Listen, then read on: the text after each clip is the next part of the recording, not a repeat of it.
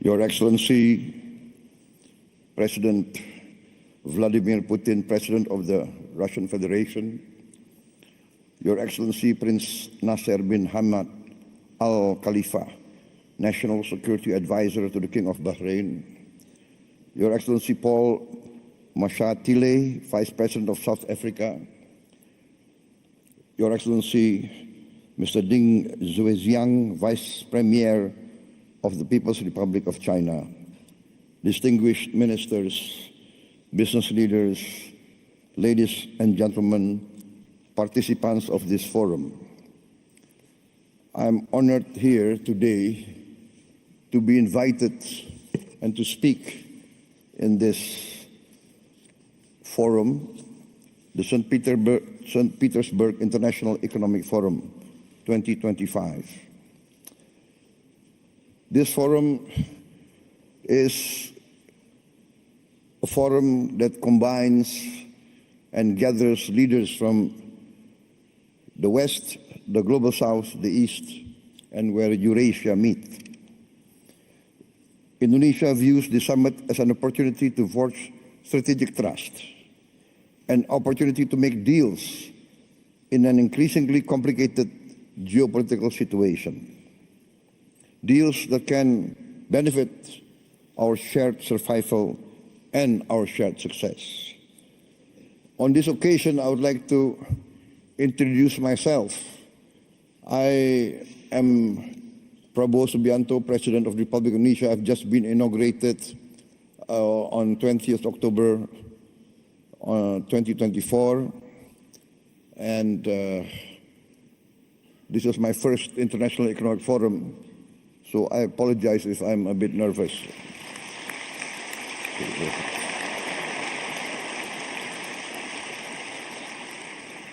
Indonesia is the fourth largest country by population. Every year, there are 5 million new Indonesians arriving in this world. Every year, 5 million. That means every year, a group of people the size of Singapore.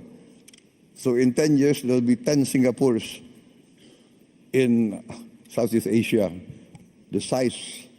I give this as an illustration of the size of Indonesia. This gives us great opportunity, but also gives us great challenge.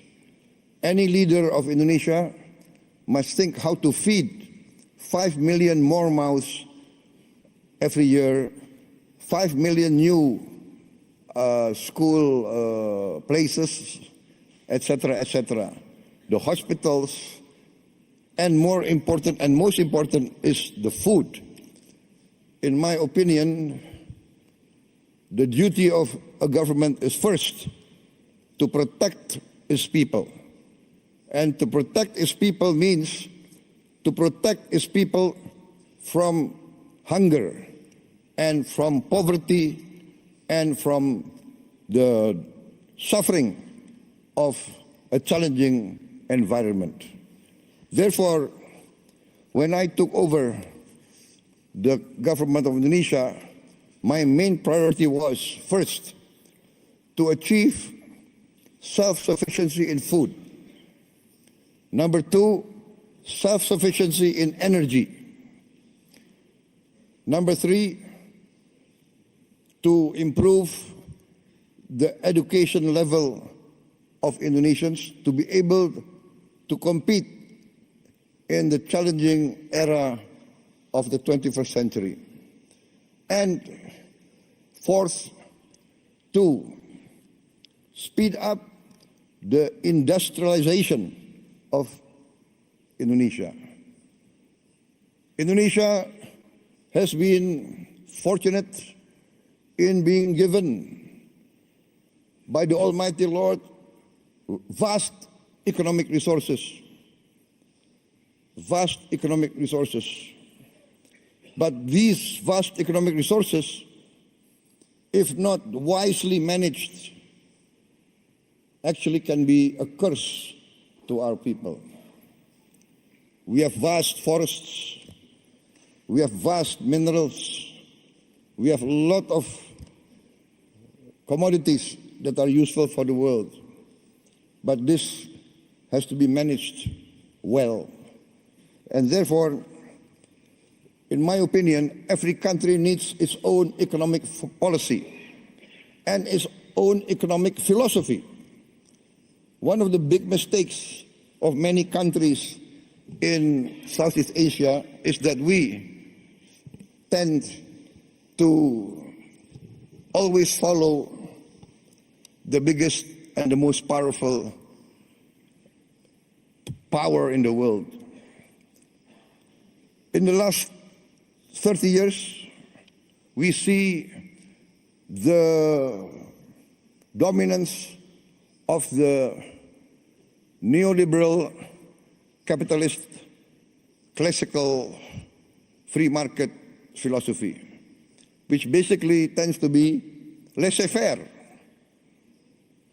And the Indonesian elite followed this philosophy.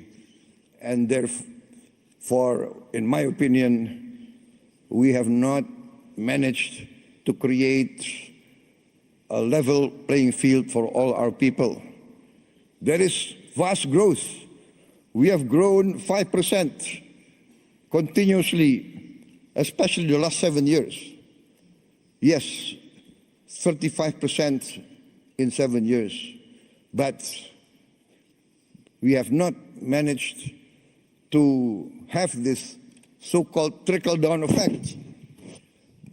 The wealth remains at the top less than 1%. And this is not a formula for success, in my opinion. Therefore, my position is this, that each country must follow its own economic philosophy. The economic philosophy that is in tune and that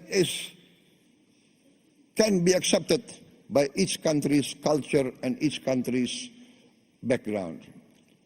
Therefore, I have chosen the path of compromise, the path of the best of socialism and the best of capitalism. Pure socialism, we have seen, does not work. It's utopia. Pure socialism, we see many chances and many cases people do not want to work. Pure capitalism results in inequality, results in only a small percentage enjoying the fruits of the wealth. But our path is the path of the middle way.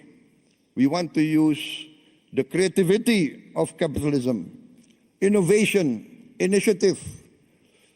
Yes, we need that.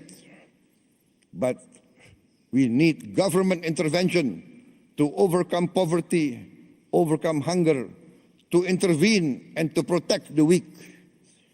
Because there's a danger in developing countries like Indonesia of what we consider the danger of state capture. The collusion between big capital business and government officials and political elite. In the end, the collusion between these two groups does not result in the alleviation of poverty and the widening of the middle class. Therefore, we have chosen the philosophy which, in essence and in simplicity, can be reduced to one sentence. The greatest good for the greatest many. That is our philosophy. Our government must work to bring the greatest good to the greatest many. And in this case, we have to have a clean government, free of corruption, And this, I think, is the key of rapid development. I am proud to stand here before you. In my 7 months of administration, we have achieved an increase in rice and corn production of around 50%. And this is the greatest increase production in the aggregate in the history of the Republic of Indonesia. And we have now in our government warehouses 4.4 million tons of rice, which is the largest reserve in the history of the Republic of Indonesia. In just a few months of my administration, we increased efficiency, we fight very strongly against corruption, we deregulate, we cut all the regulations which increase inefficiency, and we have seen the rapid results. I believe that if Indonesia can play a good role, a positive role in international relations, for instance, our participation in BRICS, we thank the government of Russia for supporting us to be a member of BRICS very fast. I think we are one of the fastest members to be accepted in BRICS. Also, Madam President, former President of Brazil and President of the New Development Bank, we are also accepted into the member of New Development Bank, also very fast. We thank also the government of China for supporting us and the government of South Africa. And we believe that together BRICS can contribute significantly to stability, prosperity of the world.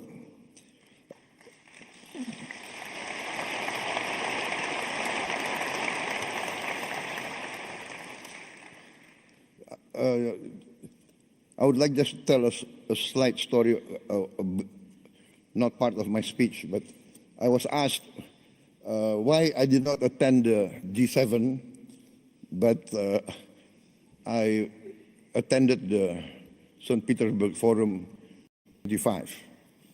And it's not because I did not respect the G7, it's because I gave my commitment to attend this forum before they invited me. So that's the only reason.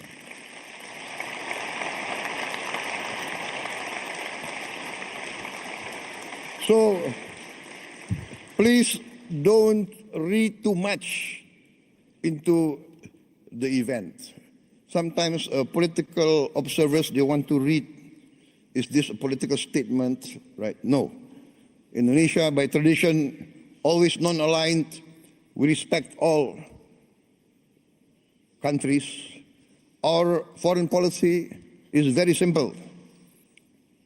One phrase: 1,000 friends, too few. One enemy, too many. We want to be friends with everybody.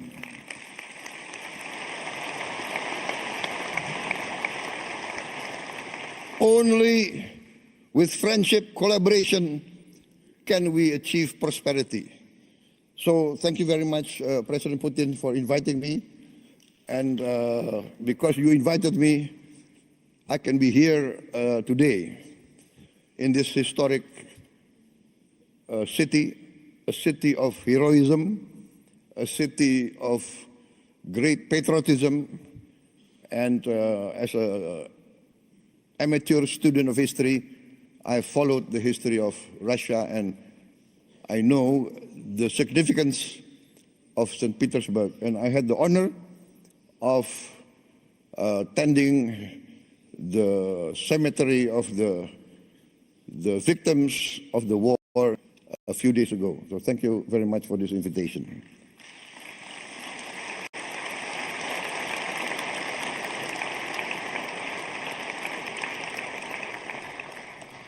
For many times I have said in many forums that Indonesia has chosen the path of non-alignment. We consider that this world must develop into a multipolar world and is developing towards a multipolar world. The world of unipolar centrality is past. This is the trend of history. This is what's happening in front of us. And so I value very much the leadership of Russia and the leadership of also China. And I want to be very frank, in the present world, in the global south, I think many from the global south will agree with me. Russia and China has never had double standards. Russia and China has always defended the downtrodden, has always defended the oppressed, has always fought for the justice of all peoples of the world. So I say this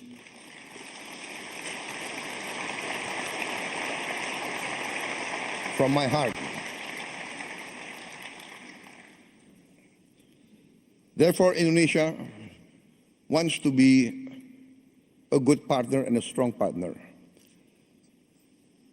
My experts tell me that in this first semester, our economic growth is more than 5%. Actually, it can really end up by the end of this year nearly 7% or even more.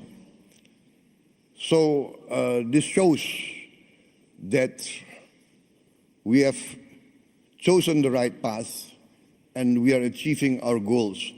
I'm very convinced that we will achieve our goals within a few years. I've given the target 4 years self-sufficient in food, and we are experiencing that we can be self-sufficient in food within this 1 year. And we will be, in a few years, a net exporter of rice and corn. Also, now I've formed a sovereign wealth fund, which we call Danantara, which means the future energy of Indonesia. So this fund we make to protect the wealth of our children and grandchildren. The fund now has 1,000 billion US dollars of asset under management. And this year we have cash to invest of $18 billion.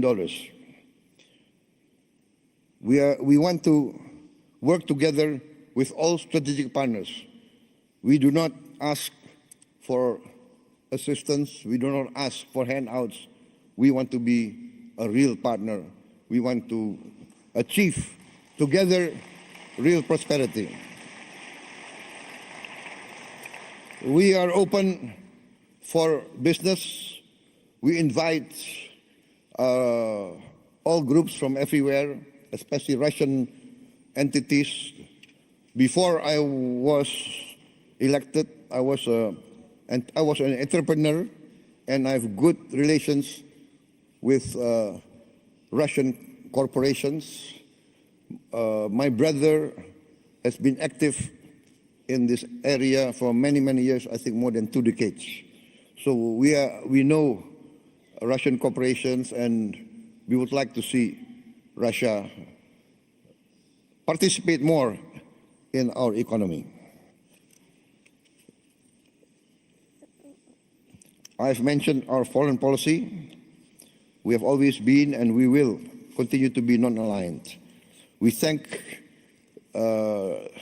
Russia for helping us and for achieving the Indonesian-Eurasian Union SIPA, Comprehensive Economic Partnership Agreement.